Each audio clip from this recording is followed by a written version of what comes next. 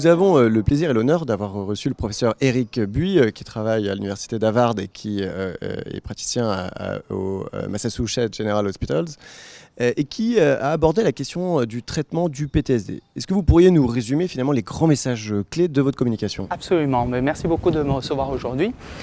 Donc en termes de traitement du PTSD, je crois qu'il y a 3 points vraiment à retenir. Le premier, c'est que la première intention, au niveau pharmacologique, c'est les antidépresseurs de type IRS, IRSNA. Et bon, pour la France, c'est la paroxétine qui est à l'AMM. Ceci dit, la sertraline, la venlafaxine et la fluoxétine ont aussi prouvé leur efficacité. Donc parmi ces 4 antidépresseurs en première instance, je pense qu'on peut prendre l'un des 4. L'autre point important pour ces antidépresseurs, par rapport à, par exemple à la dépression, c'est comme on dit aux États-Unis, c'est start low, go slow, but go. Ce qui veut dire commence bas, monte lentement, mais alors vas-y.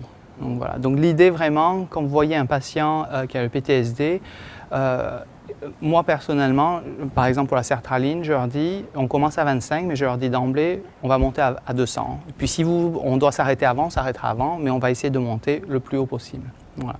Donc ça, c'est le message autour des antidépresseurs.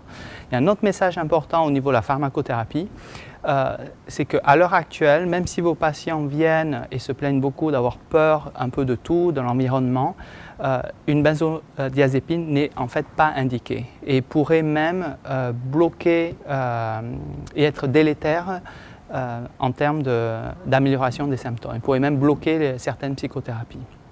Le troisième point en termes de traitement, c'est que les dernières recommandations internationales recommandent plutôt les psychothérapies de type TCC ou exposition prolongée ou MDR, plutôt que les médicaments en première intention. Voilà.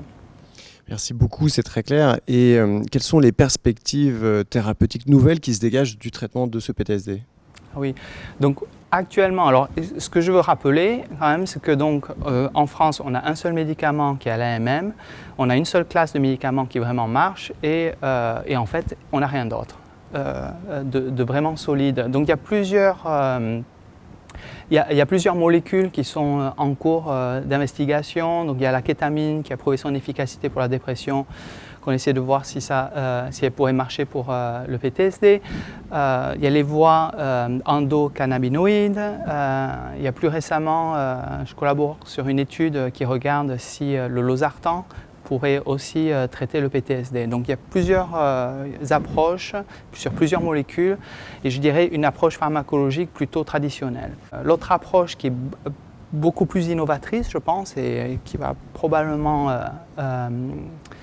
augmenter dans les prochaines années, c'est de pouvoir utiliser la pharmacologie pour potentialiser la psychothérapie. On commence à le voir déjà dans certains essais randomisés pour les troubles anxieux et même pour le PTSD, où on donne la psychothérapie, on fait de la psychothérapie et sur à certains moments privilégiés de la psychothérapie, on peut rajouter une molécule qui pourrait améliorer ou accélérer cette prise en charge psychothérapeutique.